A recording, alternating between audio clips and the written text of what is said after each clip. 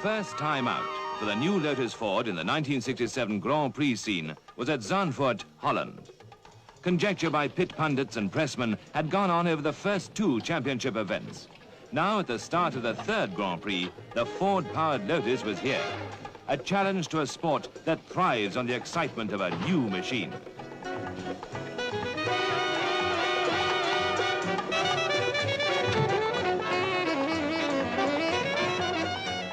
The engine had been fitted to the car only a few days before. A quick trial at Snetterton, some impressive practice laps with inevitable teething troubles, and here they were, raring to go against the world's top racing machinery.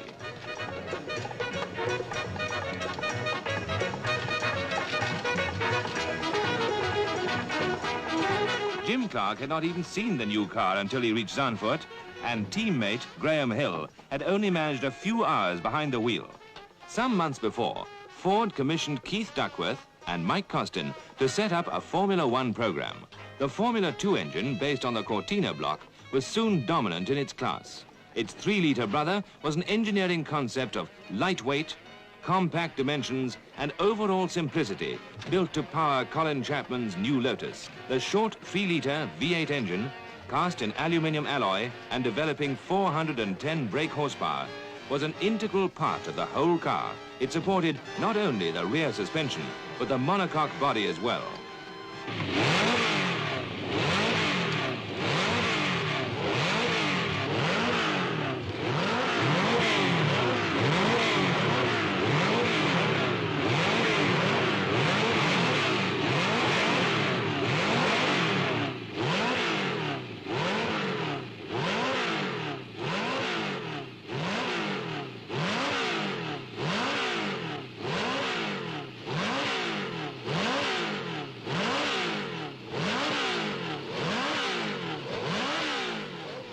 Familiar figures were climbing into their cars.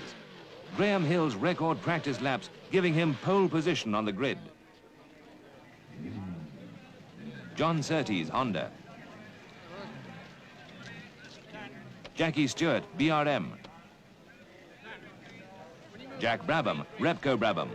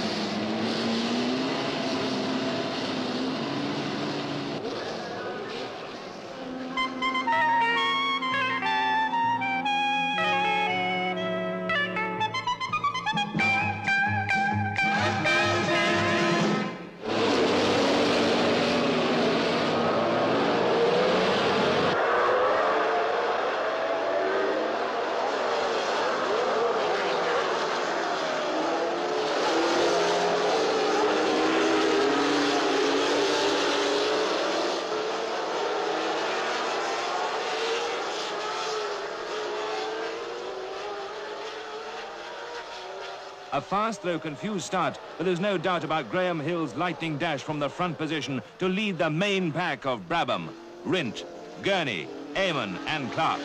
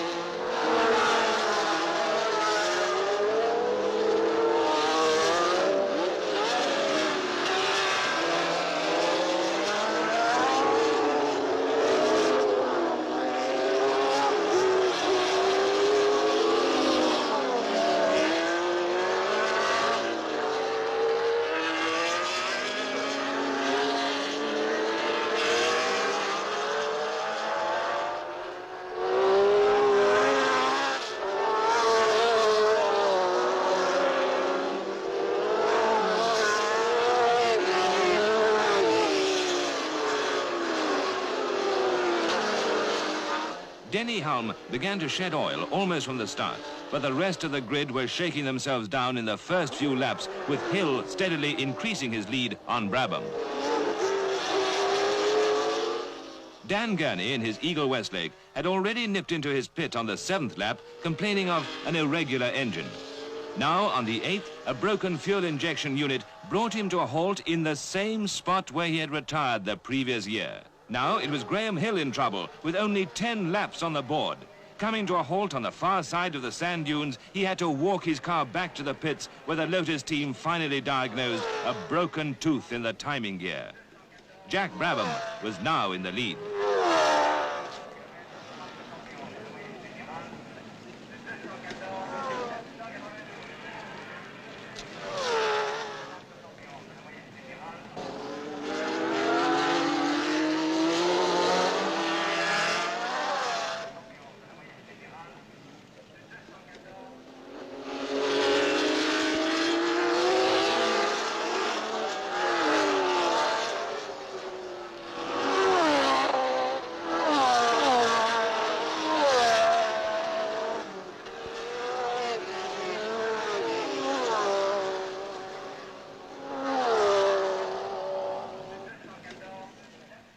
Until now, Jim Clark had been happy to lie 4th and get the feel of the new car. But with his teammate pit-bound, the Flying Scotsman began to get up steam with the style that has brought the crowds to their feet at so many international events. He set about thrusting his way through the leaders, taking the lead from Brabham on the 16th lap.